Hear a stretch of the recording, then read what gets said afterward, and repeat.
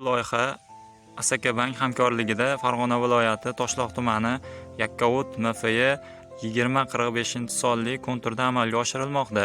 Bu yerda qovun mahsuloti ekilgan. Maydon hajmi 10 gektar bo'lib, uzunligi 390 metr, eni 265 metrni tashkil etadi. Bu yerdagi ekinlar zamonaviy usullar bilan parvarishlanmoqda. Hozirda ekinlarni yovvoyi o'tlardan tozalash ishlari amalga oshirilmoqda. Ekinlarni yetishtirish 90-95 kun davom etadi. Yetishtirish jarayonida sug'oriladi, tabiiy va mineral o'g'itlar bilan oziqlantiriladi.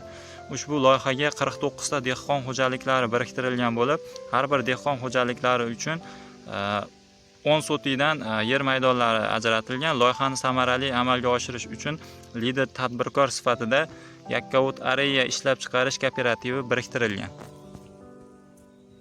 Ushbu loyiha bo'yicha har bir gektardan 90 tonna, jami 920 tonna hosil olish rejalashtirilgan. Mazkur ekin yig'ishtirib olingandan so'ng ikkinchi ekinga ham yuqori daromadli ekin turi ekish orqali yer egalarining daromadlari yanada oshirib boriladi.